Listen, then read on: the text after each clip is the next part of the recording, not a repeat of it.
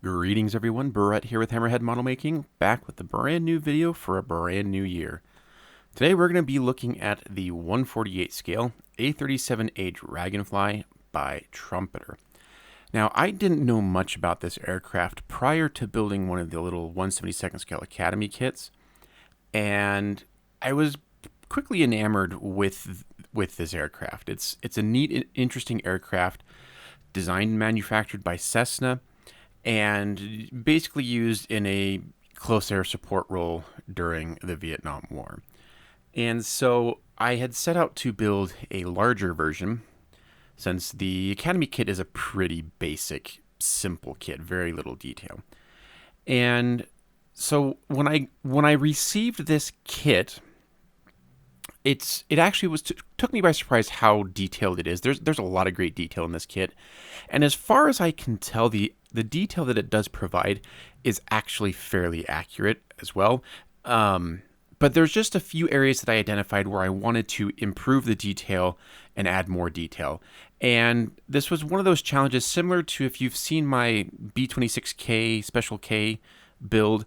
I really wanted to concentrate on doing scratch building details and upgrades to this kit without necessarily going out and buying aftermarket. So the majority of this video, well, the first half of this video is largely going to be my adventures in scratch building for this kit. So we're going to start off in the cockpit, as you normally do for most aircraft kits, and start by adding detail to the ejection seats.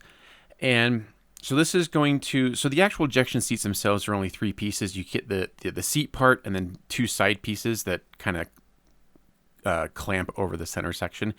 And then the kit does provide you with some photo etch seat belts as well, which is actually kind of a nice thing. I wish all aircraft kits came with photo etch seat belts. That should be like a standard. Just saying. But anyways, so for this one, we have to drill out this kind of like upside down triangular hole underneath the headrest where the actual seat belt itself comes through from behind the seat. So I started out by just drilling 3 holes and then using my clippers to clear out the plastic, and then finally using my hobby knife to, shape it out and get the final shape that I want. And pretty simple modification, easy to do. And it's as I've been developing my scratch building skills over the years, and I've realized that there's a lot of really simple modifications that you can do to improve a somewhat basic or featureless kit part that is surprisingly easy to do. And so something just as simple as drilling out this little hole in the seat where the seatbelt comes through it took me less than 5 minutes to do, and it's already like an improvement over the kit part. Here I've added the rivet detail that goes around this seat, pretty prominent if you look at pictures online of the ejection seat. So here's the other two parts that kind of fit together to form the back framing of the ejection seat. And so what I'm hoping that you'll learn from these videos, or from this video actually, is just that I understand that scratch building can be an intimidating process, and especially if you don't feel like you have the right materials or the right tools. Most of what I'm going to be doing in this video, I'm doing with just my hobby knife, some clippers. I do occasionally use like really small drill bits, but you can find those on Amazon for fairly inexpensive. And then the actual material that I'll be using is evergreen styrene. Now, I get all of my evergreen styrene at the hobby shop, but you can order it online and it's relatively inexpensive. Quick note on what I'm actually doing here. So the photo etch parts, I'm heating them up. I'm doing what's called annealing. It just makes the brass softer and easier to bend and conform. It just helps out when doing, things like that should be cloth, like the harnesses. It just makes it look a little bit better. Anyways, back to what I was saying before. So I'm using pretty much basic plastic shapes. I'll be using a lot of strip plastic and then a lot of like square stock and round stock, and that's about it. And I have found that over the years, as I've gathered the supplies, because I'll need like a very specific diameter of round stock plastic, and I'll use maybe like 2 inches of it for a project. So that means I've got, multiple feet of plastic left. And so over the years, I've been able to gather this rather large collection of different sizes and diameters of plastic: sheet plastic, square stock, round stock, C-channel, all that kind of great stuff. And so just start off with one project, and if you can, I look at pictures online, reference pictures online of the subject you want to build, and just start trying to identify areas where you can do simple scratch built details. And it can literally just be something as simple as like adding the rivets around the outside of the seat. That's pretty easy. I just used an old airbrush needle chucked into a pin vise and just pushed the tip of it into the plastic to create the rivet. It's really not that difficult. And also one of the axioms that I like to to repeat when I'm doing scratch building and explaining my process is break whatever you're making down into simple shapes. So you'll notice that a lot of what I'm doing here, especially like all these little details that I'm adding to the seat here, I'm using very simple shapes, just like rectangles, squares, things like that. And as you build up what you're making, you can create complex shapes just using simple shapes, right? Multiple simple shapes combined together can create something a little bit more complex. So here I'm using some sprue off of another kit because there was a very specific diameter that I needed to create essentially the center motor of the ejection seat. And it just so happened that the sprue off of the 1/72 scale AH6 that I did just happened to be the right diameter that I needed. So that was what I was doing there. I was clipping those parts off. Now I'm adding little strips of lead foil to kind of create these concentric rings that go around the motor, and I'm attempting to super glue it on. It's obviously, you can see here, that's not going well for me, but eventually I do get it. Anyway, so the whole idea of using simple shapes to create more complex objects while you're scratch building can really help you to kind of visualize what it is exactly that you want to accomplish with your scratch building. And I think, and I'm going to go out on a limb and say, I promise you that once you've tried like that first hurdle of like, okay, I'm going to scratch build something, and it makes me kind of nervous because I might have to cut up a kit part, and if I ruin it, there's no coming back, whatever. So once you initially get over that first step, that first fear, and you make something new for your kit that didn't exist before, it is an awesome experience and an awesome feeling. And it will leave you feeling like enthusiastic to try it again. And I've definitely found that every time I've approached a project where I know I'm going to need to add some scratch building, and even though like at first it might be like, okay, how am I going to do this? This is feeling daunting. I'm always able to get through it and get it done, and get it done in a way that I'm pretty satisfied with. And so it helps build my confidence and helps make me prepared for the next project. So for example, like if doing the B26K at the time was my most extensive scratch building project, and I put a lot of scratch building work into that one. And that one led to the confidence of what I'm going to be doing in this kit. And not only the confidence, but the skills to do an even better job. And I definitely find that my scratch building skills are refining and are getting cleaner and tighter. And it's really exciting because now I'm looking out for, okay, what's the next big project that I can add scratch building to?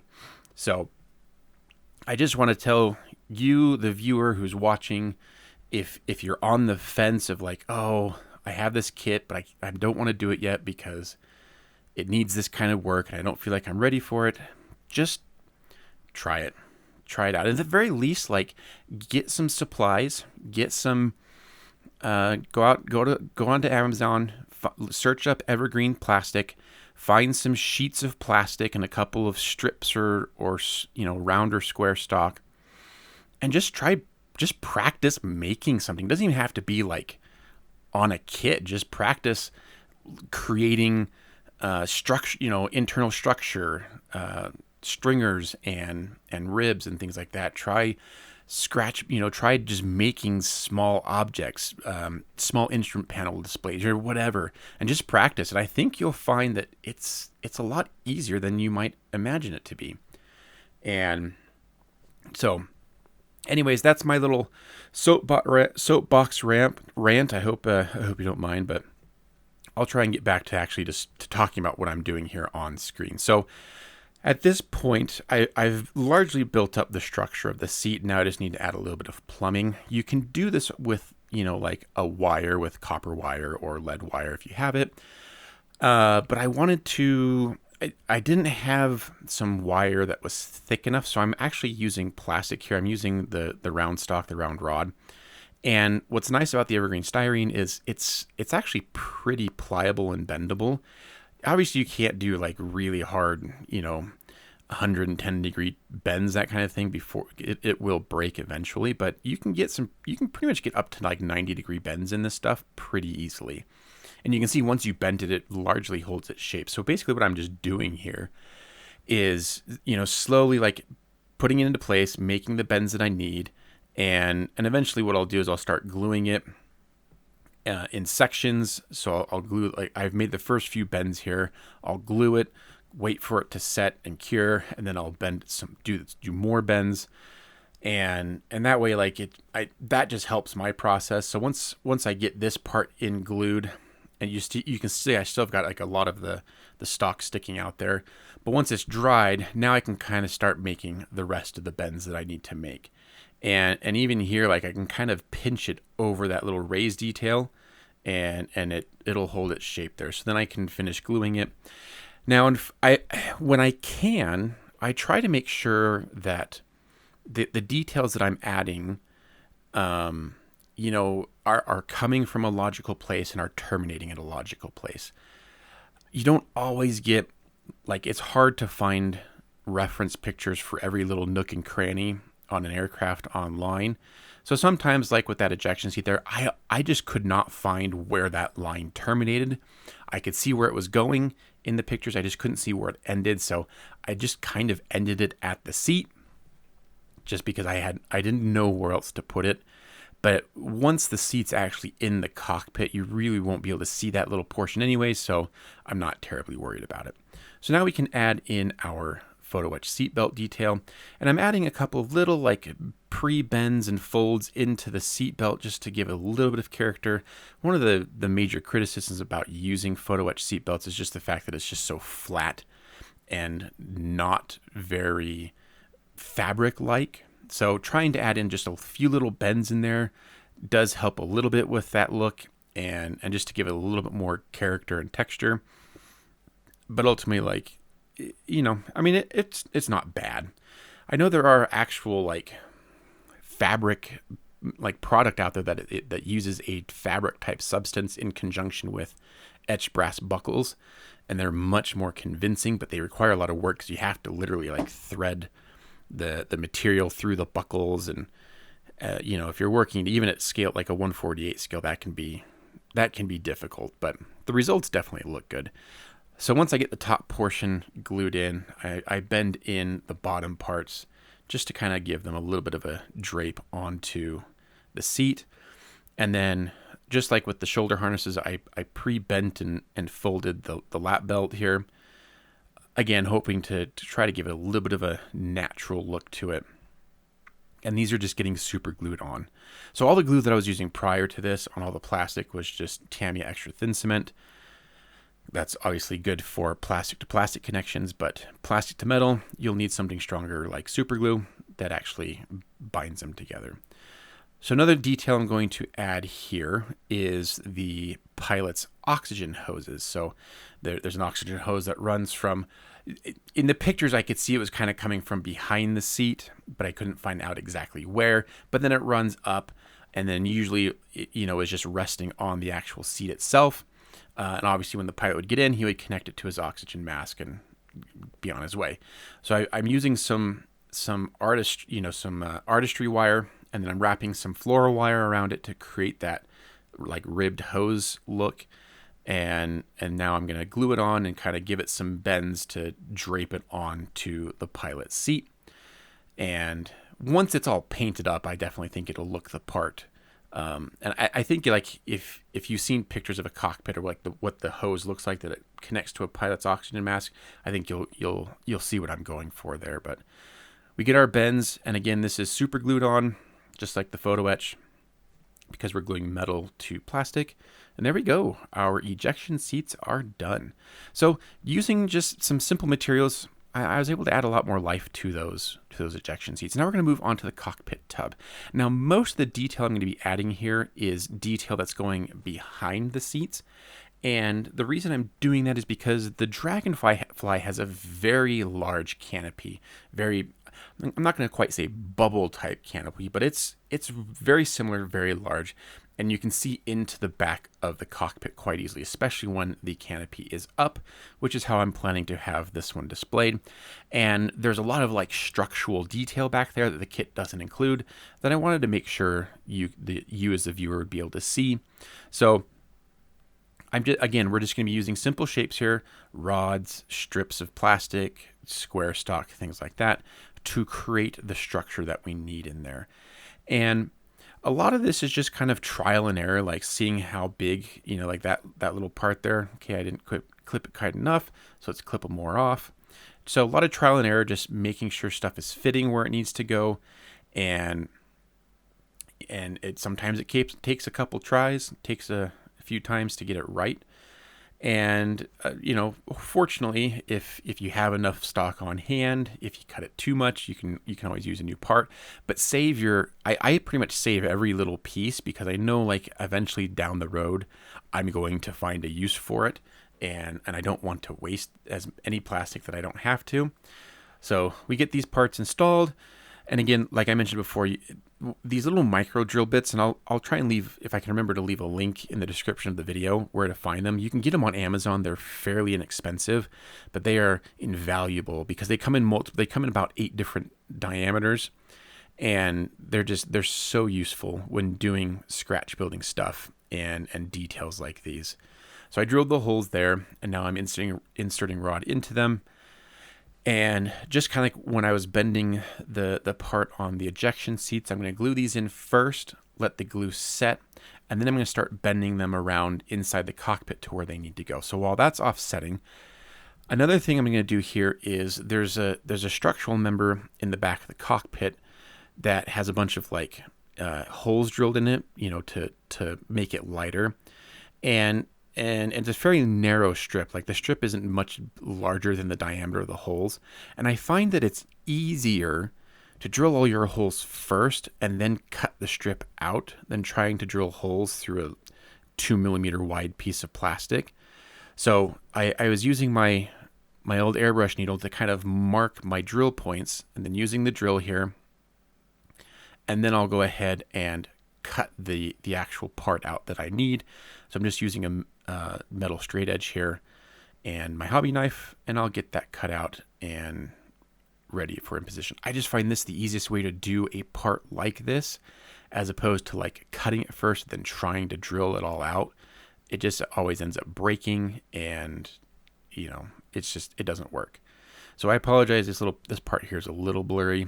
I wasn't quite focused there. So I'm just adding these little braces here, and then eventually that part that I just cut will go attached to those parts there. But before I add that part in, I need to add this part. I couldn't tell you what this part is. Perhaps part of the canopy, mechanism for raising and lowering the canopy. I'm not sure. It is present on the actual aircraft, but just in the kit part, it's quite simplified. So here's that structure that I had pre-drilled and measured, and here I'm just getting it installed onto those little supports that I added earlier, and looking pretty good. And then we get these kind of like cross strut things. Now obviously on the real aircraft, like the way that all these structural pieces connect, there's going to be detail, fasteners, rivets, bolts, whatever it have you. That's a scratch building level that I haven't achieved yet. maybe someday I'll be able to get to that point where I can add that kind of detail, but for now I'm just gluing them together. So now we can finally get these parts all bent and into the correct position. They come out of the back bulkhead there and then run along the outside, or not the outside, but the inside edge of the cockpit tub, and then eventually down below where the pilot's seats are. And so you just kind of have to take your time gluing little section by section, letting it cure, doing the next section. And scratch building definitely requires an extra level of patience, more so than just the actual building of the model itself, because it's really easy to get caught up in like, oh, this is going really well, I got this part ready, I'm going to start bending it, but then if the glue's not completely dry and it starts lifting off and causing problems, it can be annoying, but it is what it is. So here I am. So earlier when I was doing the cockpit tub, that kind of bracket piece that I had to put in, I actually clipped a part of it off, kind of this round portion of it. Looking at actual pictures of the cockpit, it wasn't like a solid piece. It was actually like a collection of hoses and wires. So I'm using some of that plastic that I tried to cut as or bend as circular as possible to recreate that structure that I had seen in the pictures. So we're just going to add a couple of these little loops here that I made, get those glued on, and then we're gonna add some pieces that kind of tie them together, just like that. So again, I mean, these are really simple shapes. It was just a half circle of plastic rod, right? But as you build up the parts and the level of the different levels that you add of detail, it all as a whole ends up looking really nice and adding a lot of detail to your model. So now we're going to use some super glue to attach these little foil strips. And I mean, these are literally just little strips of kitchen foil that I cut with my knife. And sometimes I have butterfingers dropping parts, but you just attach it with some super glue and bend around the sides, and it looks like it's holding it all together. So pretty easy to do, pretty simple detail, but once this gets painted up and you can actually really see that detail in relief to everything else, it looks really cool. So that's the back side of the cockpit all done. We're going to move on to the front side. And so that means I have to replace the way that they do the rudder pedals in this. Of all the details in the cockpit, the rudder pedals are the ones they got really wrong. So those little squares that I'm covering up, that's where the rudder pedal would attach to. But in reality, the rudder pedals they're attached above, basically behind the instrument panel, and there's a metal plate on the floor right where the pilot's heels would be to I know accept wear or whatever. So it was nice to be able to put those plates on because obviously it covers those little empty or those squares that were there, but they actually they are present on the actual aircraft and they serve a purpose. So right now what I'm doing is putting a little notch in these two parts here that will accept some rod, and that's what I'm going to attach the actual rudder pedals to. Now this rod that I'm installing that's not accurate to the actual aircraft. I couldn't find any pictures of how the rudder pedals actually attach up underneath the instrument panel. So this is more of just it's a structural piece that I put in simply so that I can have the rudder pedals on there, but everything else will look fairly accurate. So just using little pieces of plastic, basically like a little rectangle and then two little strips glued onto the side to replicate our rudder pedal. I mean, 3 parts. It's not that complicated.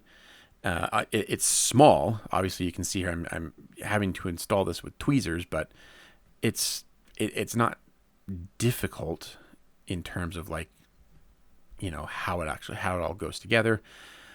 Once they're dry, I can get them not dry. Once they're cured, the glue's cured, I can get them attached to the rod that I installed earlier. And I'm doing all of this with the Tamiya extra thin cement. and get those all in place. You also notice that I added some little rivet details to those plates on the ground, but yeah, there's our rudder pedals. So huge improvement over what the kit offered. Literally, the kit was just like a square and then like a 45-degree bent angle piece that went down into the bottom of the floor. Looked awful. So we're going to add some details to the instrument panel combing area here. Now these are kit parts, so there's various boxes and things that go on top of the instrument panel. If you look at pictures though, they all do have like wires, power cables, and things coming out of the back of them. So I will have to add those, and you can see I've already pre-drilled some holes into those parts that will accept some lead wire. Getting the rest of those parts installed. So now we're just going to drill some holes into the actual combing itself. Now you got to make sure, and this is where things like you have to think about. Like the canopy, for example. So there's a canopy frame that's going to fit over the instrument combing. And so you have to be able to get you need to do a lot of dry fitting in order to make sure that like the wires that I install here aren't going to interfere with the fit of the canopy. Because when you're working in scale, you have to remember that, even just something like a 1 millimeter diameter piece of wire can really interfere with how another part might fit. So the lead wire here is getting installed and glued in with super glue into the back of these devices, we'll call them. I don't know what each function is. Now, obviously these wires are going to be vastly overscaled for what they're supposed to be. And that's okay for me. I get that some people might want like much smaller diameter wire to be more realistically in scale. But sometimes I find if you're going for like as close to scale thickness as possible, they kind of just end up disappearing into the paintwork and all the other work, and you don't really notice it all that much. So I'm okay with it being a little overscaled as long as the viewer can understand and interpret that as, okay, these are wires, power wires or whatever, coming out of the back of these devices. So that's just my philosophy. Definitely, your mileage may vary. But now here's something that's that can be quite fun. So I have to drill out the center of this round stock. Now, if I had some actual plastic tubing of this diameter, it would be much easier. I should use that, but I didn't have any, so I have to drill out. So they've got these little air vents that come out of the instrument panel itself that would either be facing the pilots or whatever. So that's what I'm trying to replicate there, but I had to have them open, and so I'm just using that airbrush needle to mark my center point so that my drill bit has somewhere to center on, and then I can drill it out. So I'm adding a little strip here underneath the instrument panel because there are two like mechanical crank devices that I assume adjust the length of the rudder pedals, for the pilots. That's my assumption. I couldn't verify that, but so I needed the little bit of structure underneath the instrument panel to be able to glue these parts to make that work as the pictures indicated. So again, we're just using really simple shapes here: squares, rectangles, and then we'll use a little bit of the round stock. Obviously it was a smaller diameter than like the air vent tubes I installed earlier to create the actual little handle. And so it's one of those little details that you can it's easy to find in pictures, in reference pictures, and be like, oh, that's a really hard thing to do. But in all honesty, you can make it easier by using those more simple shapes. If I wanted to get more accurate, I could have tapered the little handle part and then or whatever, but at that scale, no one's going to really see it other than what I show on YouTube, for example, or if a judge at a contest was really picky and wanted to really get into to the guts of this thing with a pen light and a magnifying glass. Otherwise, I think the detail's good enough. So here I'm just bending the photo etch part for the gun sight that sits on top of the instrument panel for the pilot. It does require a couple of bends, so because it's not like completely angular, And then we get that installed. I'll install the actual clear part later on in the build. And obviously we don't want to have to paint over the clear part on accident, so just easier to do that later on. But we'll get that installed there, a little bit of super glue, and that's kind of it for the instrument panel. Now the sidewall detail is actually pretty decent in the kit. You do have the soundproofing material, which is that like quilted pattern you see there. There are these two little handles here that need to be added. So this little like pizza wedge shape there actually has a handle attached to it. I don't know what the function of the handle is. I don't know if it's for the canopy or what, but it does have a little, lever activating thing. So I need to get that on. But because the actual device really did not stand out in relief compared to the surrounding soundproofing material, I kind of had to drill into it a little bit so that it looked all right. And then in this recess, and only on the pilot side, not on the co-pilot side, but in this little recess cavity is this little like T-handle thing. So we're going to get that added in as well. I'm not sure why it's only on the pilot side, so I don't know what its function is, but it's a prominent detail, so I'm going to make sure it gets added in there. So there we go. There's kind of like a test fit of all of the different cockpit components, the instrument panel, the ejection seats that we did. So pretty pleased with all the work that is going into this so far and how it's all coming together. And one of the nice things about modifying kit parts is you don't have to worry about like thinning sidewalls and things of that nature to get like a resin cockpit to fit. It all fits pretty well. So you can see they're actually added the compass to the interior framing of the front canopy, and now I am getting the rubber gasket seal around the front part of the canopy. So this is just getting glued on with some extra thin. Now you definitely need to be careful gluing that onto a clear part because you don't want it running or your fingers smearing, the glue all over the clear part. That would be bad. So definitely take extra care there. Now these parts here that I'm trimming up, these are the frames for the main canopy, and these are going to need some work to make them look decent. They're pretty simple, and like it had those weird rounded nubs on it that are supposed to represent the actual like hooks that lock the canopy down. So we're definitely going to get rid of those. Now we're going to use our airbrush needle here to start some pilot holes to drill out some of the weight saving holes on this thing that would be present on there. So we're going to get those drilled. And it, like I said, when I said before about drilling holes into like that small piece of strip plastic, this is kind of frightening. And I can't tell you how many times I've slipped with one of these small drill bits and gone into my finger. It's not pleasant. And so it always makes me nervous drilling little parts like that. And there, on the actual aircraft, in the center portion of the main canopy, there's a very prominent, quite large set of strengthening structures that run from the front to the back of the canopy. And I had considered, so I'm going to kind of take back what I literally just said 60 seconds ago about, like, oh yeah, you should drill holes first and then cut the strip. But because there's such a unique curve on there, I had to cut the strip out first so that I could match the curve of the canopy and then drill the holes. But fortunately, I wasn't drilling holes along the whole length of that center part there. I was only drilling it on, 3 holes at the front, 3 holes at the back. But again, we're using I'm using extra thin on the canopy, and you really have to be careful. But it still gives the strongest bond of plastic to plastic. So that's why I was doing it.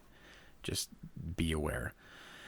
And so again, here for these parts, I have pre-drilled the hole, and I'm actually going to use these parts to create new hooks for the canopy rail.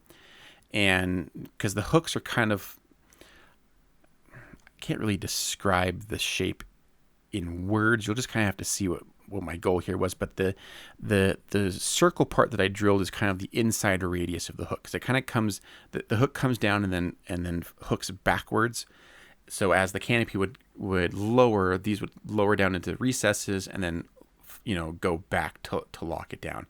And again, like the wiring that I did in the cockpit, these are going to be overscale. They're going to be a little bit larger, but I tried replicating these smaller in plastic, and I wasn't happy with how they were turning out. Now we have to add this cross brace in here. This is a part that the kit doesn't provide, which is kind of unfortunate because it's pretty obvious in pictures that there's this large cross brace in here, but nevertheless, it's an easy thing to do. Well, just when you thought I was going to be done with scratch building, I'm going to be doing more. So I made the decision that I wanted to cut open the gun bay.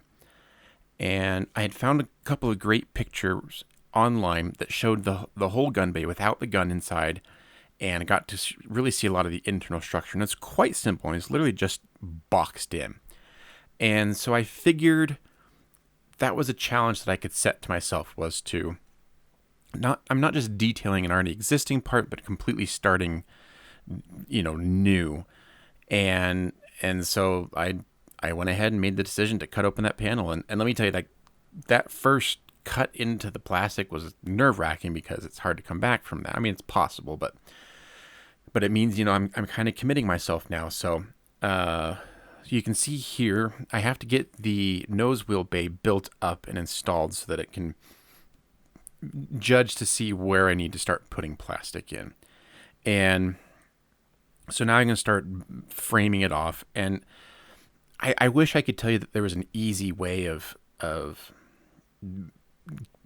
cutting the plastic, like measuring and cutting the plastic just right. But honestly, it's just a lot of trial and error. And I'm sure there's someone in the comments will let me know, like, hey, there's a great tool that you could use that would make that really easy.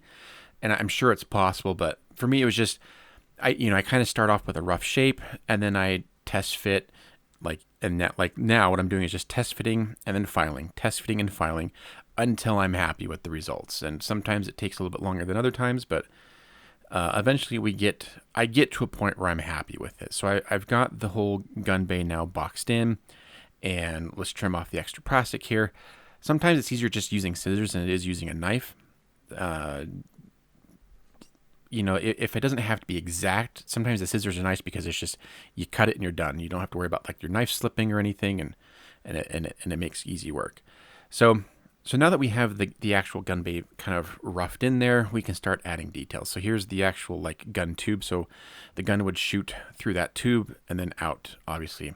Here is the door, and the door has a very specific structure on the inside that I needed to replicate. So I'm just using some thick paper here to give me a template that I can use to then cut plastic. So I'm going to go ahead and trim the paper here to the size of the door, and then I'll be able to lay it out flat and then draw out the design that I need to cut out, and then I can put that over plastic and then cut that out. So, I mean, that was poorly explained, but you'll see what I mean it once. So now I've got the paper. I'm going to start drawing out the pattern on the paper, and I'm doing this based off of reference pictures. So every time you see me kind of pause there, it's because I'm looking up at my computer to see what's next. And I'm really just making this pretty rough. This is basically sketching with my pencil here, because I just need to get the idea, then I can refine it, and then once I actually get down to cutting plastic, then I'll have things where I need them to be. So there's our shape. We're going to go ahead and get this down onto some plastic here, and then I'll be able to cut that out. So here I'm going to take my time with the knife blade, and this is really thin plastic. I mean, this plastic isn't much thicker than the paper that I was just using, and so you do have to be careful because it's really easy to cut through this where you don't want it to be. But because it's so thin, it makes it easier to cut out those shapes and get nice, good, clean cuts than if I was having to do it with thicker plastic where I'd have to really basically carve it out. So we're going to cut out all those internal shapes there. So as I understand it, this structure here that I'm cutting out and then it gets applied to the inside of the door, it's basically there just to strengthen the door and to strengthen that panel. I could be wrong, but that's the way I understand it, at least. And so there's very kind of specific way the shapes are done. And there we go. And you'll notice there that the plastic was actually, at least around the edges, slightly oversized, because that's easy to trim down as opposed to if it was undersized, then having to add back material. So just kind of a good little rule of thumb there. If you can, oversize and then trim down. So now we're going to add some structural, some structure into the actual gun bay here, and like I've said before previously, this is all just simple shapes, simple, just using strips of plastic to create the details that I want, and it doesn't have to be perfect. It doesn't have to be flawless. There's a little bit of how do I say it? Like there's a little bit of grace in the just the fact that it's all handmade. I think is what I'm trying to say. That there's some charm in like minor imperfections and flaws. At least the way that I see it. I'm not the kind of person that has to strive for absolute perfection. I mean, you've seen enough of my models. You know, there's little things here and there, little dings, little scratches I might leave in my paint work, or there might be a tiny little piece of a hair stuck in the paint somewhere that I missed during the thing. Like those little minor imperfections, they exist, and I'm not going to sweat about it. So if there's a few places in my scratch building that's just, maybe they're not 100% square, or things are simplified compared to the reality, I'm fine with that. That works for me, but you build to however you want to build.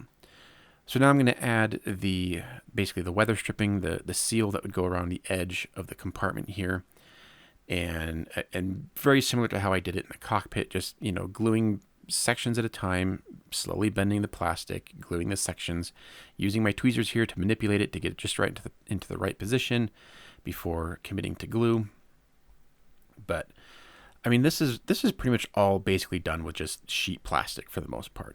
So now I'm going to start working on the actual gun mechanism itself. And so the A-37s use basically like a 7.62 minigun in the nose, and as fortune would have it, I actually had a 7.62 minigun. This is off of a Kitty Hawk Huey kit that I'll actually be building later on. So I'm using that as the basis for the gun and the gun barrels, but I have to create the ammo drum here.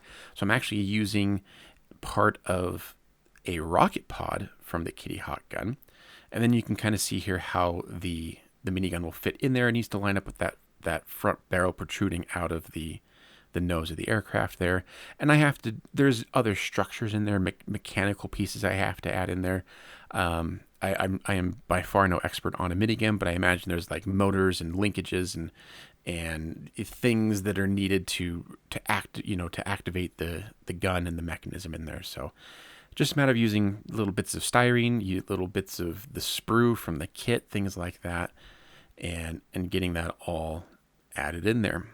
And just kind of use your imagination, use whatever materials you can find. So here's kind of like the bulk of the actual gun bay itself. There are different like additional wires that I will put in there, but because I'm going to have to paint a lot of these parts separately, it'll be easier to do the wires after painting, and I'll do that part later. But so at this point, the gun bay is good to go, and we can go ahead and move on. So let's start doing some painting here. We're going to start with the cockpit. Here you can see all the internal bits all prepped and ready for painting. You can see I've masked off the canopies, and we're going to go ahead and start our priming with Mr. Surfacer 1500 Black. Now this is going to be fairly heavily thinned, but so it takes a couple coats to get a good, nice, solid primer coat on there, but just going to go through and get everything primed and prepped for painting. Don't want to miss anything. So I did mask off the insides of the canopies just because of how open and large they are. That's one of those things that would be noticed. So I wanted to make sure I got the interior parts. And plus, because I had internal structures that I had to paint as well, it just made more sense to do that. You can see here I've got all of my parts basically attached to these little popsicle sticks with some blue tack. I just pick it up at my local dollar store. It's cheap. I'll usually, every time I take my kids to the dollar store quite often, they like to get little trinkets and toys there. And so every time I go, I'll always pick up a pack of blue tack. So I've got like 10 of them just, sitting in my shelves. But that way, like, I always know I have some, and it's really inexpensive. So now we're going to go start laying down some gray color. Unfortunately, the bulk of the interior work on the cockpit is it's all just gray. It's kind of boring, but we can add lots of little details and depth and color through the detail painting process. So we'll be able to break that up somewhat. But we're just going to get this all coated here with our gray color from Ammo MIG, making sure to get kind of all the nooks and crannies on the interior of the canopies, because like I mentioned before, they're going to be quite visible. The soundproofing material was either through, I assume it was dyed, I could be wrong though, but it was a slightly different color gray from the rest of the interior. So I'm just picking a different, this is a Vallejo light gray, and I found that actually once it dried, it ended up being pretty close to the original gray color, so you can't really tell that much of a difference, but at least you can see here that it's going on kind of lighter. And then we're going to start picking out some of the instrumentation and the electronic stuff in the cockpit. So this is, we're just using Vallejo black here. And I do thin my brush paints with a little bit of water. It just helps them flow better and not be as thick. Vallejo tends to be a little on the thick side just out of the bottle, even for brush painting. So I should mention there's a difference between like Vallejo air range and the Vallejo model range, which is like their brush painting range. So I'm using the brush painting version, but again, it's still just a little thick out of the bottle. So I like to thin it with just a little bit of water, but it doesn't really take a lot. So we're going to go ahead and get all the rest of the cockpit parts painted up here. There are quite a few little details in the cockpit. And like I said, the base Trumpeter kit actually isn't too bad. They give you a lot of the instrumentation detail, throttle quadrants, things like that. So honestly, it's not too bad. And I believe that there are multiple different upgrade kits out there that exist for the cockpit. There's resin, there's photo etch that you can get for it, and so whatever suits your building style definitely works. But I didn't find one particular set of aftermarket that really encompassed all of the things that I noticed that were missing. So for me, it was just easier to do it all scratch built. So we're going to add a little bit of yellow. So this is one nice little splash of color in the cockpit. You can also see I added a little bit of like manufactured shadows on the quilted part just to create a little bit more relief on those. And you saw me painting the hooks there for the canopy. I don't know why I did it that early, because I'm going to eventually have to paint the outside of the canopy, and I should have just left those unpainted because I had to mask them later on, and that was kind of a pain. But nevertheless, we're going to go ahead and paint all the instruments here on the instrument panel itself. Now there are decals for the actual dials, but all the A-37 had a ton of like switches and buttons and toggles and everything on the instrument panel, so all those had to get painted because those weren't part of the decals. The ejection seat headrest. One of the things that I love about like the early Cold War jets was the red headrest. I wish they wouldn't have gone away from that. It's just a cool look to me, in my opinion. I think it looks cool and definitely helps add a little bit of color to a normally bland looking cockpit. But perhaps that's why they did it, was to eliminate like this bright red flashy thing in the cockpit. And you can off camera you can see it shaking there. That's because my cat decided he wanted to come check things out and see how I was doing here. So he was nuzzling on the camera stand. But kind of one of the joys of being a cat owner is they always have to come and inspect what you're doing. And so now we're just going to paint the cushions here. I saw a lot of reference pictures that showed kind of like a khaki color on the cushion, and then others that showed like an olive drab color on the cushion. So I just kind of decided I'd do one of each and create a little variety in the cockpit. Like maybe at one point they had to swap out one of the ejection seats, and it's just kind of a fun little. I like to create little stories in my head as to like why things are on my models. So that's kind of my little headcanon. There's a fault or a malfunction on one of the seats, and so they pulled it out and replaced it with a totally different seat, and that's why they're slightly different colors. So now we're just going to do a little bit of dry brushing all over the black parts here. This will just kind of help pick out some of those raised details and kind of give us a sense of like wear and weathering on them as well. But it helps just with, especially with all those little switches on the instrument panel, highlights those and makes them pop just a little, ever so slightly. So now with all the hand painting done, we're going to go ahead and gloss everything inside the cockpit. This will allow us to start doing some weathering with it, do some washes and things like that, and add a little bit of grime and contrast to our cockpit. I do like to, like using like a panel wash, for example. I do like to create a little bit of contrast and to push like the highlights and the dark areas. I know it's stylistic, but it works for me and I enjoy it. So we're going to use my favorite dark brown wash for green vehicles by Ammo MIG here. And obviously we're doing this once the gloss coat has dried. I know that might seem obvious, but I do get questions about that. So because of the way the editing is done in the video, it looks like I spray the gloss coat and then I apply the varnish. But in reality, I'm waiting hours, if not even like a day in between these steps, just to make sure like the gloss coat's fully cured, because it is like an acrylic gloss coat, and then I'm applying a lacquer or an enamel wash over it. I just don't want any kind of reaction. I've also applied the decals to the instrument panel, and I apologize I don't have footage of that, but they were applied and then glossed over, and then now I'm doing the wash here. The wash is really going to help pick out a lot of the details on the seat. I also applied decals to the seat themselves. Again, I apologize, I didn't film applying the decals in the cockpit, but I had to find decals from my spares because the kit didn't come with decals for the ejection seats, so they're not totally accurate into like what the decal should be, but it looks close enough that I think it sells the point.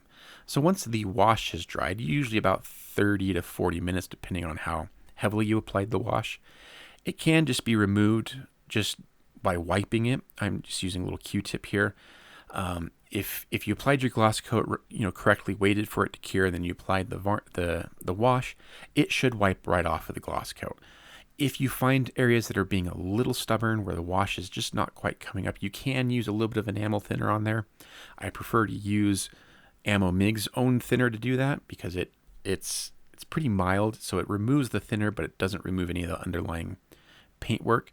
So now we're going to go ahead and get everything a matte coat. This will knock down that shine and bring everything back to kind of the look that we want for the finished cockpit. So just making sure to go over everything, all the parts that we need to. And now I can kind of start assembling the cockpit and getting it put together. So we're going to start with adding the control columns. These get installed. There's a little recess that they sit into. And pretty straightforward. The control sticks are pretty basic. Not very complex. And then we can go ahead and get our seats installed. So the seats kind of fit onto these two little support structures there. Again, I couldn't, because the seats fit in there pretty snugly and those are basically completely covered. I couldn't tell you if that's, how these seats actually sit in the cockpit tub, but you're not going to see that anyway. So it was fine just to leave that as is. But I really like how the seats look once they're installed and how busy they look, especially with all that detail that I added to the back of the cockpit tub. It definitely works for me, and I'm quite pleased with how it looks. And once you see the finished model, you'll see just how prominent that cockpit is. So at this point, I'm actually going to go ahead and install the cockpit tub into the fuselage, because the rest, like the instrument panel and stuff, that's best installed when it's closed together. So fit here, overall the fit on this kit was actually pretty good. So props to Trumpeter on that. I'm going to use a little bit of UV curing resin to add like the glass face to the instruments. So I'm just applying it with just a little piece of wire there, basically just dabbing it on and letting the liquid nature of the resin to kind of fill out the recessed instrument there. And I'm going to install the gun sight glass. So this is also getting installed with some UV curing resin. That way, like, I won't damage the clear part. It won't fog if I use super glue of that kind of nature. So there we go. All right, with all of the interior painting done, we can actually move on to completing the fuselage. Now, there's one thing I learned from the smaller version of this kit is that it needs a lot of nose weight. There's a lot of plastic behind the rear wheels, And so one of my original intentions, alongside building up the gun bay, was to build the on the opposite side of the wheel well is where they have like the batteries and the AC unit for the aircraft. And I was going to have those open as well, but then I realized I would have nowhere to put nose weight. Um, Basically, the floor of the cockpit is the bottom part of the fuselage, and then you have the nose wheel well. There would just be no room for nose weight if I opened up the other side of the nose, those other panels there. So I got some very large fishing weights and basically hammered one down and carved it until it was almost the exact shape that I needed.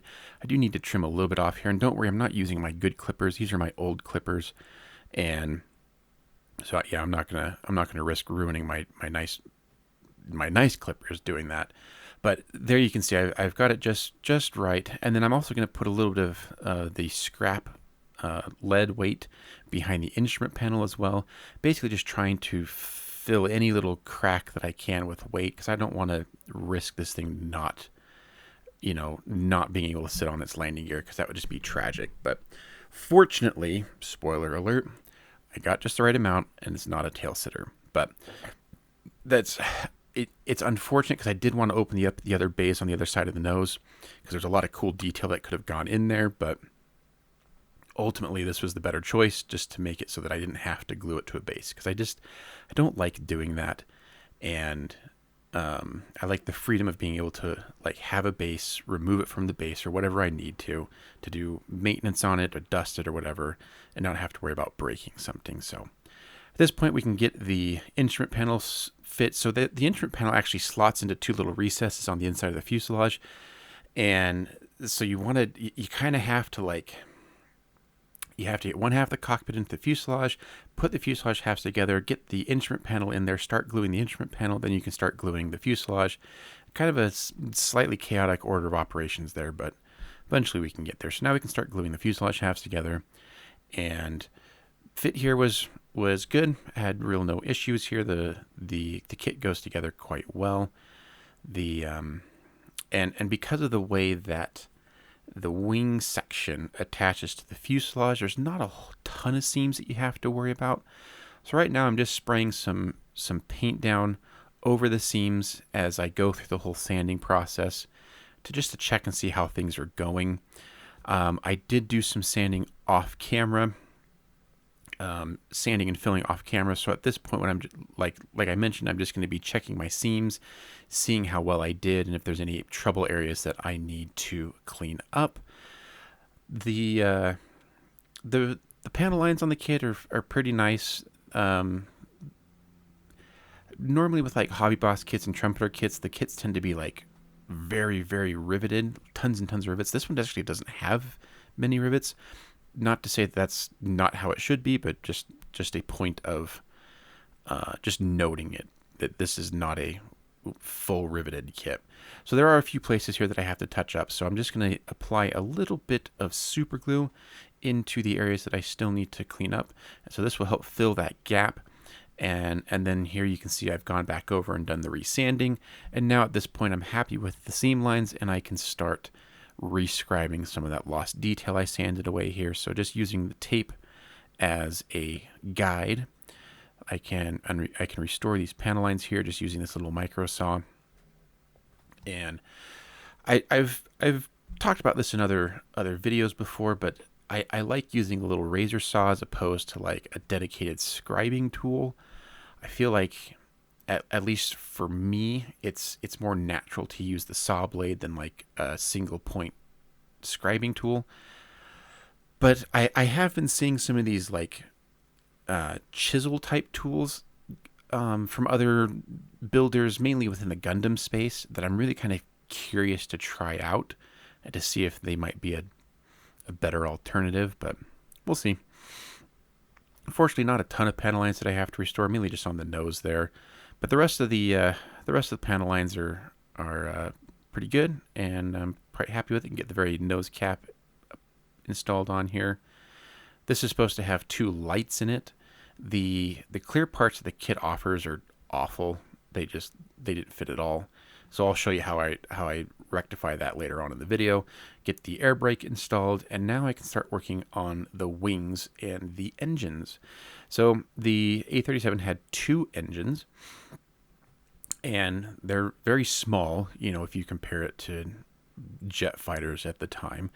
And but as I understand it, once the A-37 got into production, it actually had some decent power behind it. Once they replaced the initial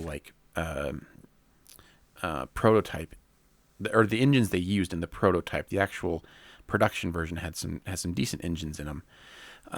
But they're quite small, and you get short ducting, like intake ducting, into the first compressor blades, and then short exhaust. So it will be easy to see into these details. So just be aware of that you'll want to pay attention to those. So getting the exhaust painted up here, as well as the first stage compressor, just using a steel color, and then we'll kind of move on from there. The intakes themselves, the fit was pretty decent. I spent a fair amount of time sanding the insides to try and get them near seamless, and then using a latex-based house paint to paint the inside.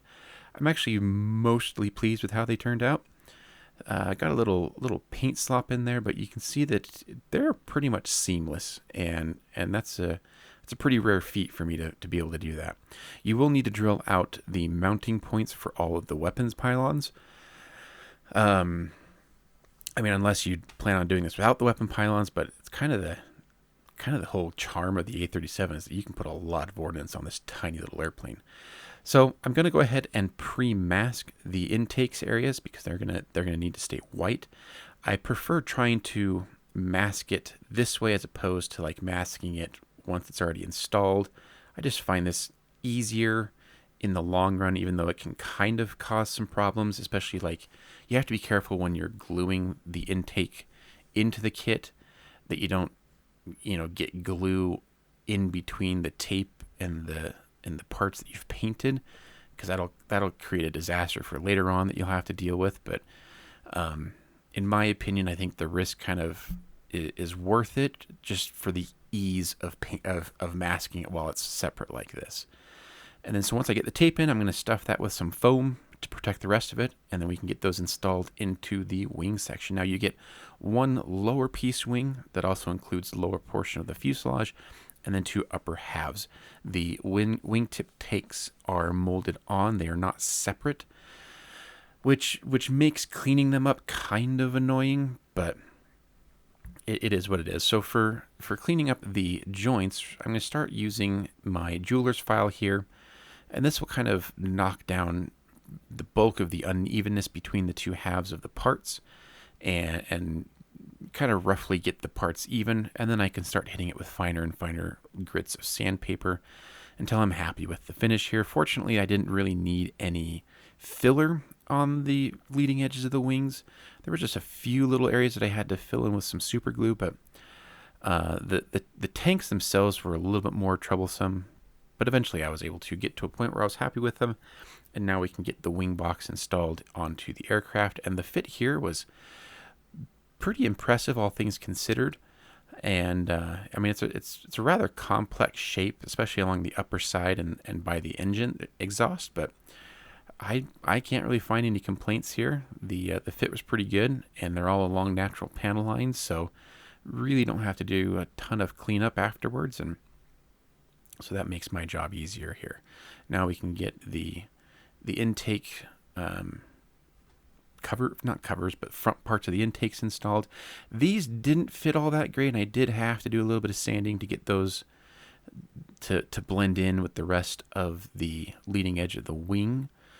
But again, it's not something that was terribly, just a mild inconvenience, I would say. So we're going to go ahead and get the front windscreen installed, because we're getting to a point now where we can start masking and painting this. And so I had considered leaving the whole cockpit area without the glass and painting the glass separate. But in the end, I decided it would probably just be better to install at least the front windscreen and then mask off the rest of the cockpit and paint the main canopy later, or separate, I should say. Only just because I I couldn't, because of all the extra bits that I added onto the main canopy, there was no way I was going to get it into a closed position.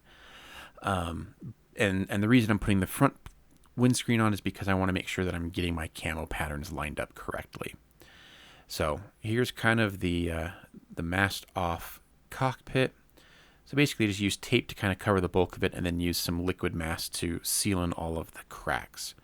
Now there are a number of antenna and lumps and bumps that you need to install all over the aircraft, and this is another thing that really drew me to this aircraft, and this is similar to the B-26K that I built. Is it's just covered in all kinds of antennas, and that type of thing appeals to me. I just like having little.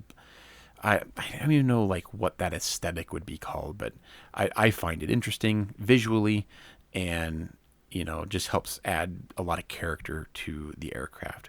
Getting these, I believe these are antenna as well installed on the tail. So these are photo etch provided in the kit, and basically one bend and then they go on. Pretty nice. I assume this is the pitot tube going on, and then more antenna and lumps and bumps on the bottom going on. There are, like, you can kind of see like faint outlines of where these parts are supposed to go, but there's no real like locating pin or corresponding hole on the fuselage. So you do need to take a little care when installing these to make sure that you're just getting them in the right places and aligned correctly, so that they're actually in line with like the airflow and stuff, and not crooked to one side. But yeah, getting those all installed. So at this point now we can move on to painting, and we're going to be starting off with the Mr. Finishing Surfacer 1500 Black. We're going to go ahead and give the whole thing a nice good solid coat. And again, I've thinned this one pretty good so that it's going on nice and smooth and not getting any kind of grainy texture. I've found that if I don't thin it enough, it can kind of create a rough texture, and definitely don't want that. We want a nice smooth finish here. So definitely tend to under or over thin, even if I have to do a couple coats to get a good solid coverage. That just gives me much smoother results. So we're gonna go ahead and get all the parts done. There's a lot of parts that I prepped off camera, like the landing gear and the pylons and all that kind of stuff, and I already knew the runtime of this video was going to be going really long, so there's a few things that I opted not to show, just in terms of like pretty standard construction. I didn't really do any modifications to any of these parts. The Trumpeter pylons actually come with all the sway braces, which is kind of nice because they're fairly well detailed, and so they'll look good once they've got the Ordinance on. The kit does come with tons of Ordinance, multiple options you can use, so it's also really nice. So now we're going to start with this light gray color, and I apologize that the actual like name of the color is rubbed off on the bottom, but this is basically just like a light neutral gray, and so we're going to use this as our underside color. I kind of waffled back and forth deciding trying to figure out if it should be like a white underside or a light gray underside, and I saw arguments for both, but ultimately I just went with light gray because I've seen other Southeast Asia camo schemes that have the 3-tone on top and then light gray on the bottom, similar to what I did on like my F-105, and so that's what I went with. I just felt like white. There wasn't a lot of evidence for the white underside, so that's where we're gonna go. And now we're gonna start doing our camouflage upper surfaces. So you can see I've used some blue tack to mask off the demarcation between the upper and lower side surfaces on some of the parts. But for the most part, I'm going to attempt to freehand the camo here. So we are using Ammo Mig colors, and these are the exact same colors that I used on both the F-105 and the B-26K. So when these three are all put together, they'll all match nicely, and those ones I did freehand as well. So just to kind of keep the theme going, I wanted to freehand it, and I've got these fairly well thinned. So you'll see here it does take a lot of back and forth to get a nice good full coverage on here, and I opted not to do pre-shading on this. I struggle doing pre-shading on aircraft that have a camouflage paint pattern to them, because I end up what I end up finding is as I'm freehanding it like this, that if like all the little bits of overspray kind of negates some of the pre-shading, and I prefer to do all of my shading post shading after the fact when I'm doing like a full camouflage paint scheme like this. So now we're going to move on to the lighter shade of green and get that installed. So I do have the paint guide just off camera that I'm referencing throughout this whole process, and it's a lot of like looking over, making sure that I'm starting in the right spot, because it's really easy to forget, oh, should I be on this side of the tan? Should I be on that side of the, or the brown? And so it's constantly checking the color guide, making sure that I'm applying the right paint into the right area. So just a matter of going through, getting all this done, and yeah, really not much more to say than that. I think I've talked about this on the B26 video, but after doing the F-105, I've kind of become obsessed with collecting a lot of Vietnam era aircraft that used the SEA camo. I just find it such a good looking camo scheme, and not only that, but the colors are really fun to weather. You have lots of different variety in how you can weather this paint, and I mean, you could go really heavy, you could go really faded, you could go fairly clean. I did a fair amount of like fading on the B26K, not as much fading on the F-105, but I had a lot of fun like engine and oil stains on the F-105. So, and you'll see I'm going to have a lot of fun with the weathering on this one. Now I'm doing the darker green here, and for the darker green I actually have to mix two paints because I couldn't find an ammo MIG color that really captured the dark version of the green. However, I over mixed the black into the dark color on this one, and the green ended up being too dark.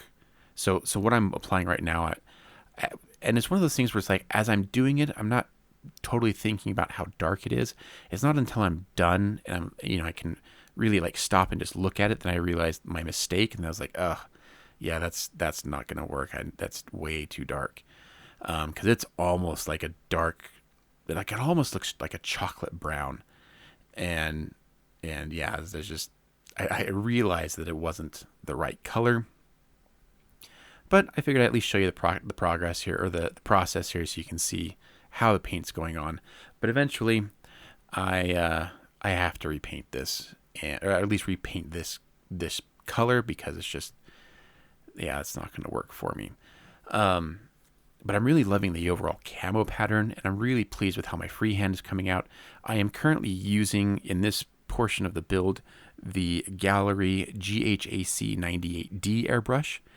And here you can see I'm going to start repainting, and the lighter version of the dark green is much better and much more what I was looking for here. But anyways, as I was saying, I'm using the Gallery 98D airbrush, and I started using this airbrush last year.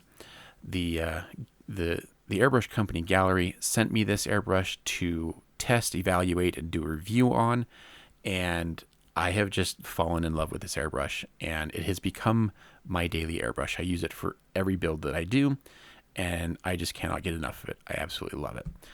We can paint the wheel wells at this point, so just carefully masked around them and painting the inside white. I have seen pictures that the main wheel wells could have also been like an interior green color, but I opted to go for the white. No real reason, it was just easier to paint. And now I can paint the inside of the gun bay. This one was definitely, at least not definitely, but for the most part, most of the pictures I saw, the inside of the gun bay was chromate yellow, or the zinc chromate color. I did see a few that were like an interior green color, but it was literally like 10% of the pictures I saw. The rest were all the chromate yellow color. So it's kind of a fun color to paint, and also another fun color to weather up. So now we're going to add some black in. I'm just using this satin black color. So this is going to just do a little bit of some detail work here, a little fin flash, and then around the intake openings, and this large, I assume some kind of antenna on the spine of the aircraft here that gets painted black. And again, this is another reason why I like aircraft that have lots of little like lumps and bumps, especially when they're multiple colors, because it just adds a lot of fun variety to the aircraft and the overall paint scheme. So intakes get painted the black as well. And yeah, some fun paint jobs out there for the A-37. So here has all the masking's done, all of the basic painting is done, and we can go ahead and get the horizontal stabilizer attached.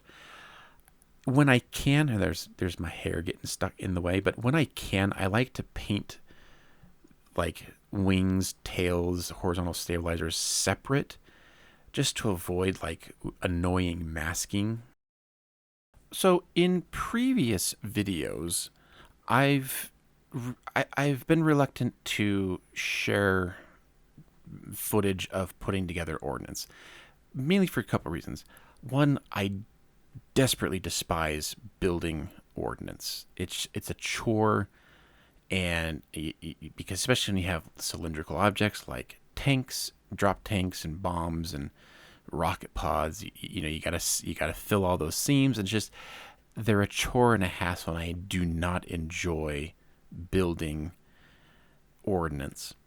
And so I've always just left that as an off-camera thing. And so in pretty much most of my previous videos, and here's the thing though, like I like a model kit that is fully loaded with Ordnance. I think it looks cool, and it looks impressive, and it shows the function of the aircraft, but it's definitely something that I don't enjoy the process of doing. But I figured it was one of those things that I set as a goal, like I'm going to film all the Ordnance stuff so you guys can at least see what it looks like, how I do it, things like that. Now, there's nothing, revelatory here in terms of, special tricks or anything. I mean, it's really just putting the halves of the Ordnance together, filling, sanding, and getting them ready to prime. And yeah, it's nothing special other than that. But I figured I'd at least show you this time so you can kind of get an idea of what the process is like. So when I can, because most of the time in most kits, when you're attaching Ordnance to a pylon or something like that, there's usually like one or two holes in the Ordnance that made up with corresponding pegs on the pylon, and when that's the case, I can usually insert a small length of wire with a little bit of super glue on the end, and that's what'll hold that I can use to hold the Ordnance wall during the painting process, so I don't have to like worry. I can paint everything, prime everything all in one go. And if the Ordnance doesn't have like a corresponding hole and peg or whatever, I'll usually just drill one in an area where I know will get covered up once the Ordnance is installed on the airplane, so that at least, because it's trying to paint something that where you actually have to hold it is a huge pain. So just that's kind of my process of doing Ordnance. Usually on most builds, Ordnance is one of the last things I do, and I know I really should do it sooner in the build because I dislike it so much, and get it out of the way so that I don't have it like hanging over me at the end of the build. I just really struggle to actually do that because I don't like doing it. But anyways, so for the loadout on this one, I decided to go with some rocket pods, some Mark 82s, the bomblet dispensers, and an additional fuel tank. You can do multiples of, I think you get like you can do 2 fuel tanks on each wing. You could do 2 Mark 82s on each wing. You could do 2 rocket pods on each wing. Like there's a huge combination of Ordnance you can put on this thing, and the kit comes with quite a lot. So you'll definitely have some for your spares. So just be aware. But the instructions do give you a nice like guide on what munitions can go onto which pylon, because not all pylons could hold the same amount of weight. So there's very little doubt what you can put on there and where you can put it on, but just be aware. Also, some of the other small details that I don't often show, like painting the wheels here. I tend to paint my wheels by hand unless the kit comes specifically with masks. I don't have a good way of cutting circle masks on my own, so I just find that I can usually get by with hand painting, and it's usually pretty good. So painting up the front part of the bomblet dispenser here. You can see here I've painted the yellow stripe on the Mark 82s, masked it up, and now I'm painting the green color here. It took me a while. Some of the Ordinance didn't fit together well, and I had to really do a lot of filling and sanding on these things to get them to look good. So that's enough of Ordinance. Let's move back onto the aircraft. So at this point, with all the main painting done, we can go ahead and hit everything with a gloss varnish. Now, I'm not using my normal gloss varnish, the Alclad gloss, Aqua Gloss, mainly just because I didn't have any, and I hadn't made a trip to the hobby shop in a while, so I am using some Vallejo gloss. Now, this stuff is pretty similar, and it sprays pretty much the same. I just don't find it as durable as the Alclad version, but it will do for what we need to do here. So once the gloss is down, we can go ahead and start applying our decals. There aren't a ton of decals on this, not a lot of stencil data and stuff, just mainly just a few like these markings here on the wing, and then some unit markings and things like that. And that's really about all. There's not a lot. Once the A-37s were turned over to the South Vietnamese Air Force, they had some quite colorful A-37s with some colorful banding around the rear fuselage and things like that. But this particular one is pretty average. So once you get the once you get the decals applied, then we're going to use our cotton bud to gently squeeze out the excess water from underneath the decal, try and kind of push it down into the details. And once again, the void here is checking on my work. But once the decals have dried, we're going to go ahead and re-gloss over the decals. This will allow us to protect the decals when we go on to the next step, which is going to be to start weathering. And we're going to start that off by using a panel wash here, using the Flory Models Dark Dirt Wash. This is a clay-based product, so water and clay-based, so it doesn't really have a lot of it's not full. It's not like an enamel or anything like that. And I find that when you're applying it over a gloss base, it goes on really well and it wipes off really easily with just slightly dampened paper towel. But if you attempt to apply this over a matte finish or something, it will stain the paint, and I haven't found a good way to remove it from a matte surface. So just be aware of that. It's not like it's not like an enamel thing where you can just use the enamel thinner and clean it off, but over a gloss surface, you should have no problem. So once it's dried, which doesn't take very long, you can use a slightly dampened cloth and wipe away the excess wash. Pretty straightforward. When I can, I like to wipe in the direction of the airflow, because if you're going to get any streaks on there that maybe you miss, at least it'll be streaking in the airflow, and you can kind of pretend like you meant to do that and it was intentional weathering. But yeah, we're just going to go over the entire aircraft, remove all of the wash. You can see here on the other side, I wasn't particularly careful when applying the wash. I knew that I was going to be weathering the underside quite a lot. The aircraft sits really low to the ground, and as such, it's going to get, there's a lot of discussions out there around weathering and over weathering and things like that, but I've written a post about this. I like to weather my aircraft even if it seems excessive to many people.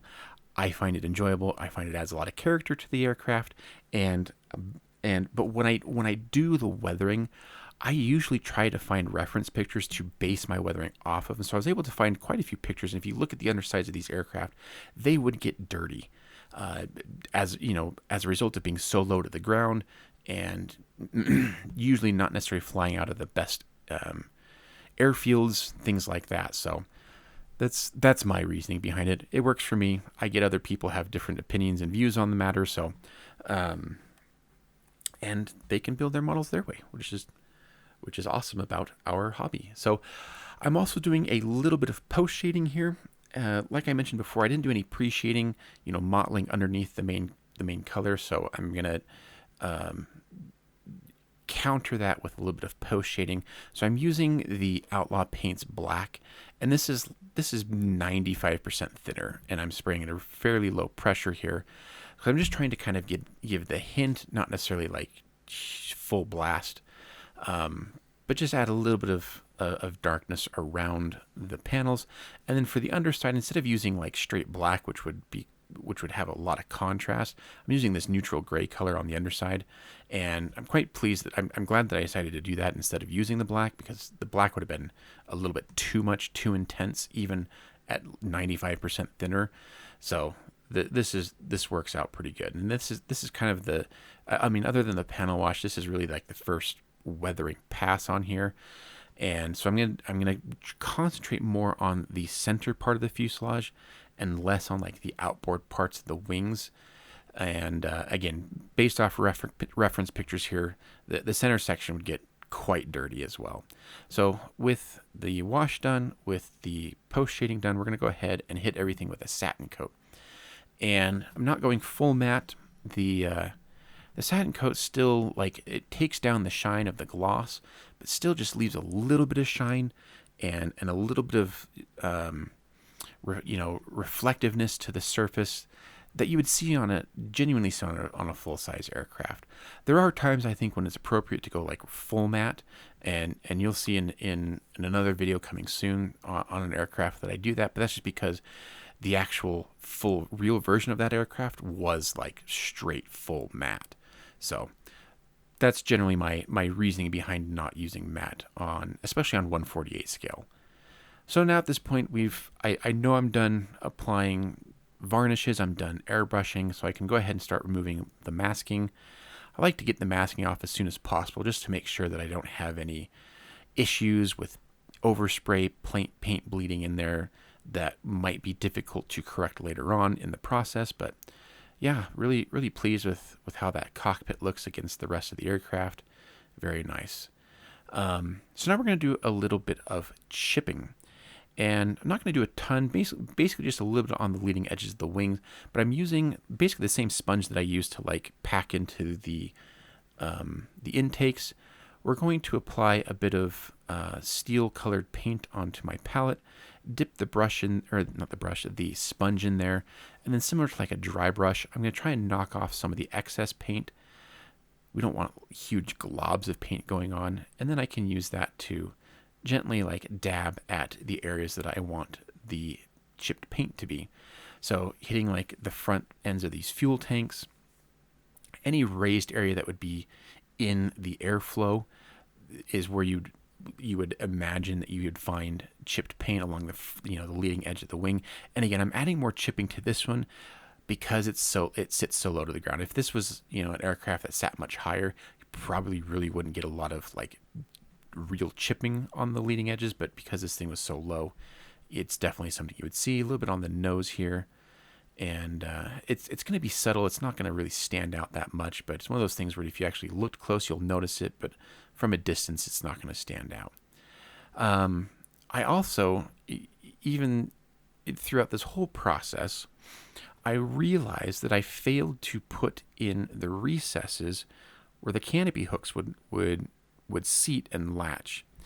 And I kind of chickened out. I was a little afraid that if I started taking a knife to plastic at this point, that I would ruin something.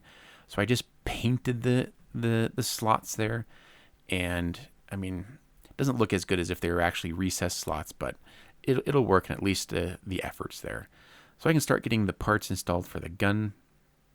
It took a little while to kind of get it into the right position, but once I got it in there, then I'm quite pleased with it. You can kind of see me struggling back there, but we're going to get a little bit of super glue in there. And now that I understand how it needs to go, and then I can get that repositioned. And there we go. So we got the gun in there, the ammo drum in there, and I can go ahead and start adding some wires. some additional wiring in there, and then we'll get those painted up. Now the seal, the gasket seal, the weather stripping around the gun bay had this really cool like orangish rusty color to it in a lot of the pictures that I saw.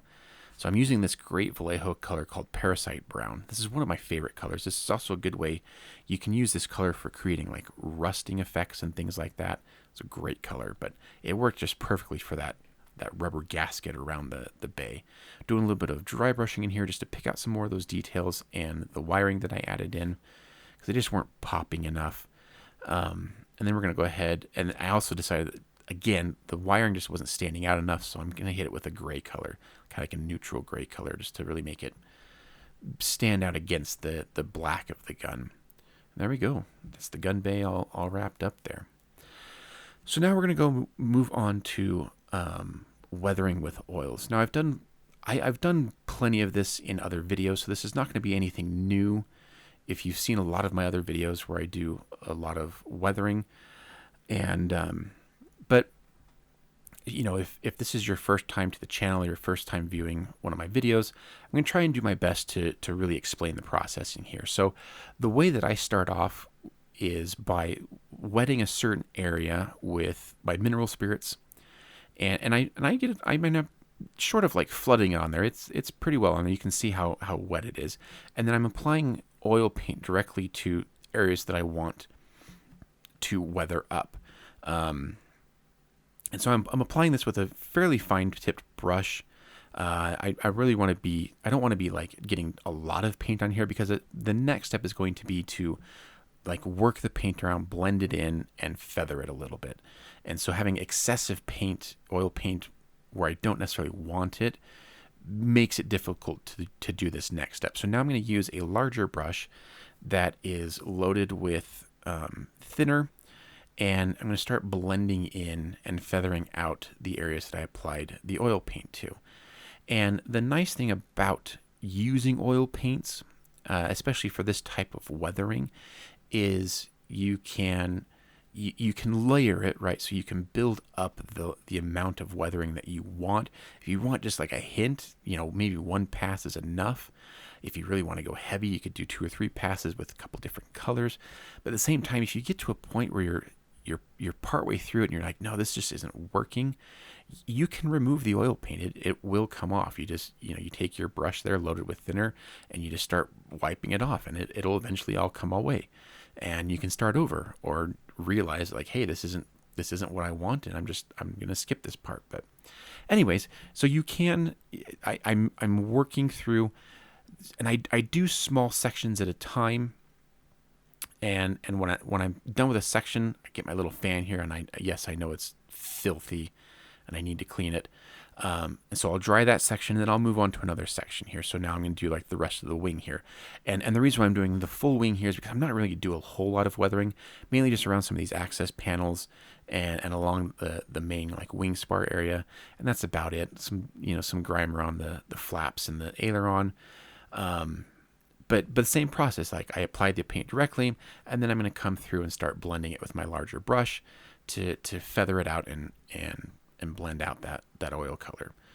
And so this is basically the process. And again, I personally find it easier to work in smaller sections than it is to work on larger sections.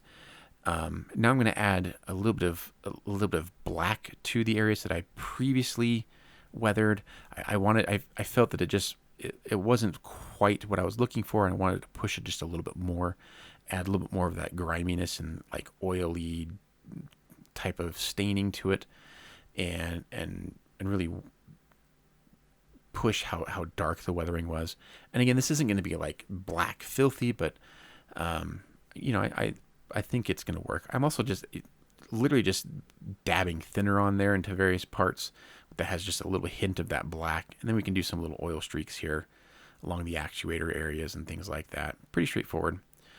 Now I'm going to do a little bit of essentially dry brushing for the next part here, just to add a little bit of like fading to the panels on the wings. These things were out in the Southeast Asia in the heat and the tropical heat out there and the weather, and so that paint's not going to last very long. So we're just doing a really like light dry brush over some of these panels just to help lighten them and add some variation that like we could normally get with pre-shading, but yeah, pretty straightforward. I like the effect, I like the look. And so you can see on the left and the right there we've done our fading. So I think it looks pretty good. Now we can move to the underside. Now this is where I'm gonna have a lot of fun here. So same process. We wet a certain area with our thinner, and then we can start applying our oils. What was interesting in a lot of the pictures that I saw was that there was a lot of heavy staining directly behind like the nose wheel and the speed brake.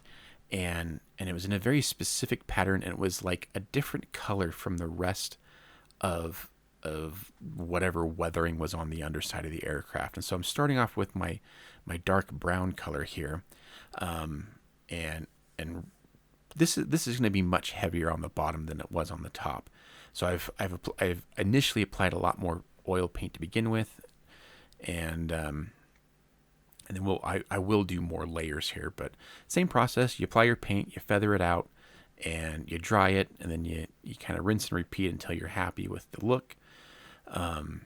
And there's a couple other techniques that I'm excited to show you as well that are a lot of fun to help create some variations and some neat patterns in weathering. But just really trying to concentrate like around the engines, where the engines would be leaking, where it would be picking up dirt. So there you can see like more of like the brown streak behind the main wheel.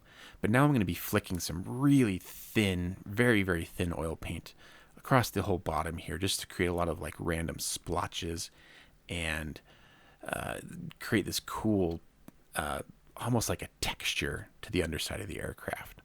So basically what I'm doing is just filling up a little container with thinner, and then dabbing just a little bit of paint on it. Now with the flicking that I did, I'm going to take my sponge and kind of dab at a lot of the larger spots so that they kind of blend out a little bit more, so I don't like have huge, massive, like baseball sized spots on there. But yeah, this is definitely the look that I'm going for and quite happy with as far as the underside is concerned, in the weathering and just how it looks in general. But again, I am basing my weathering off of reference pictures. So that's going to be it for the weathering. So we're now at the point of the build where we can start bringing everything together. So we're going to start off by installing the landing gear. I'm going to be doing this with super glue. I just want to make sure that I'm getting a good positive bond and that it's going to solidify quickly, so that I don't have to worry about one of the problems with installing a slightly loose landing gear with like regular glue is that if you get it to just the right position and then you set it down to wait for it to dry, and it has a risk of like slightly sagging or not setting correctly. So I decided it'd be better to use the super glue there just to make sure that I could get it locked in where I wanted it to go. Now we can do the wheels. You can see I've actually sanded the bottom of the wheels there to get them a nice little flat spot for the aircraft to sit on. And like I promised at the beginning of the video, it is not a tail sitter. We can go ahead and start getting the engine exhaust installed. These just drop into place like that, and pretty straightforward. The exhausts are pretty basic on there. They have these little deflectors that go on as well, and that little deflector panel could open or close. I assume that was kind of like a form of engine braking, not quite thrust reversing, but something similar. So I'll get those installed on, and then we can start working on our landing gear doors. Now, one great thing here with this kit is the way that the landing gear doors all fit on is like super solid, positive joints. So there's no question where they need to go, and once they're on, they're on. And it was quite nice just how well the landing gear doors fit. So get the outer doors on, so they actually attach to the wing and the landing gear strut itself. So you got 3 points of contact there. The nose wheel doors, you kind of have to work them in there, but they fit into little recesses on the side. And so the landing gear all just fit really well. We can go ahead and start getting all of our ordnance on. So this is you just got to remember that which because each pylon is different. So it's not like you can mix and match. You have to make sure that you're getting the right pylon into the right station. Otherwise, it won't quite fit correctly. The shape of the wing will be different, and it won't really work. So got all the ordnance on. Now you might be thinking, Brett, I think you installed the rocket pods backwards, but I promise I didn't.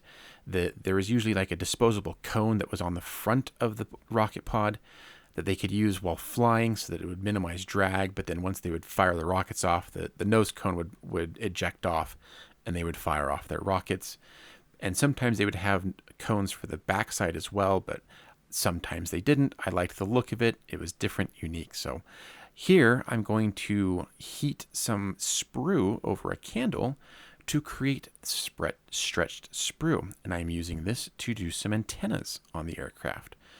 So there was a couple of like whip antennas on this thing. The main one here we're doing with the stretched sprue, and there's going to be two more on the horizontal stabilizers that we'll do with wire. So at this point we can install the main canopy. So there's a large actuator strut that holds the canopy up. So I'm going to pre-glue the bottom portion of it and get that situated. There's a small hole at the very bottom of the cockpit tub that it fits into, but it's between the two ejection seats, so you got to make sure that you're getting that in there, and then we can get the main canopy installed. And again, this has 3 points of contact. So you got the two outer rails of the canopy that slot into the back of the fuselage, and then you have that center strut that holds up the center portion of the canopy. So you just got to make sure you get all these parts aligned correctly. But once you do it, you'll know when it gets in there, and it's a pretty positive. Like the landing gear, 3 points of contact, so you can get pretty good positive results in there. But just got to make sure that we're sitting just right there. Sometimes it takes a little bit of finagling, and I am pushing a little hard there, bending the strut, but that's because I'm just trying to get the back two rail parts in the correct place. There are a couple of clear navigation / I think there's strobe lights that we need to install, as well as the landing lights. So the landing lights are interesting because they're pretty like thick, chunky pieces of clear plastic, but they fit in there really nicely, which is a shame why the landing lights at the front of the aircraft did not fit. So for these, I'm going to use UV curing resin, and I'm applying it just little bits at a time. And what I'm hoping for is the surface tension to maintain the rounded shape. And so if I just apply a little bit at a time, I can gauge and judge just where it's sitting. And so I will get to a point where it's just right there. You can see it's pretty close to the contour of the aircraft. It sticks out just ever so slightly, but I'm quite happy. So once those are cured, they look brilliant. And very pleased with how that looked. Way better than the plastic part that was supposed to go in there. The strobe lights on the upper and lower surfaces are red, so we're going to hit that with some Tamiya clear red paint, and just pretty straightforward. Paint goes on nicely, and then we can do the navigation lights on the tip tanks here. So we do a red one, and then we're going to hit the other side with some green. Navigation lights are one of those things that are kind of easy to forget about.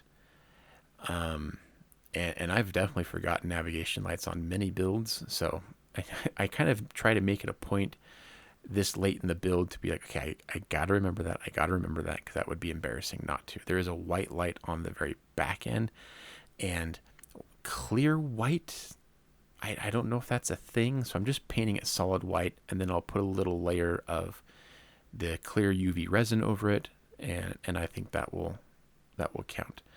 One thing I failed to do earlier was install the mirrors on the inside of the canopy, so I'm very carefully trying to do that now without screwing things up. And then finally here are the whip antennas that go on the horizontal stabilizers. I did have to drill the hole using one of my micro drills, and then I can insert some wire in there. And at this point we can go ahead and paint these antennas just using some Vallejo black. and being careful not to accidentally break it off. The wire ones these are a little bit more robust, and so just make sure that they're not completely bent out of shape. They would have had a slight backwards tilt to them just from like the airflow pushing them back and slowly bending them over time. Here are installing the latches for the gun bay. So they would have these like hinged latches that would fold down in order to open up the door. We can go ahead and get the door installed here, just gluing this on with super glue as well. I just need that fast set that the Tamiya glue won't quite give me. We got that installed now. Now these little screens, normally they would be recessed into the bottom fuselage. You can kind of see the spot where they would be recessed. When the aircraft was getting ready to taxi and to take off, these little screens would drop down and then actually flip forward and cover the intakes and would prevent foreign object debris from entering the engine. Again, because it sat so low, these little screens were necessary to help protect the engines. But when the power was off and the hydraulics were bled out, they would kind of just droop down. So those are also provided in the kit. So here we go. Here is the finished product. I had an immense amount of fun building this kit, and even though I set a couple of goals for myself in terms of the scratch building and the weathering and whatnot, I really enjoyed the time on this kit that I had, and it was one of those things where like I felt like, even though this one probably took me close to 5 weeks to build, it felt like it was much faster. And it was a pleasure. The base kit itself is not bad at all. And out of the box, it would give you a pretty decent looking A-37. It would be somewhat simple, but again, like I said, most of the parts in there are correct, just simplified. So out of the box, it's a great kit. Like I mentioned, there are different sets of aftermarket out there for it as well, if that's the route you want to go. But I had a lot of fun exercising and practicing my scratch building skills on this one. I'm really pleased with how it turned out. And this is definitely one that's going to earn a spot of honor in my display case. And I still enjoy looking at it now. And so yeah, there we go. I know this was a long video, but I appreciate it if you've stuck this far, or if you've had to watch it in chunks. That's fine. And let me know in the comments down below what you think of the build. I like to interact with you guys in the comments. If you're not yet already a subscriber, I would ask you to consider subscribing. And if you're feeling generous and want to help support the channel, you can find me on Patreon. I do some exclusive stuff on Patreon for my supporters there. And speaking of Patreon, I would like to give a huge shout out and thank you to the current patrons that I have. They are great and help bring and support these types of videos that I can bring to you. And yeah, there we go. So thanks for watching. Hope you all have a great, wonderful day, and we will see you on the next video. Cheers, everyone.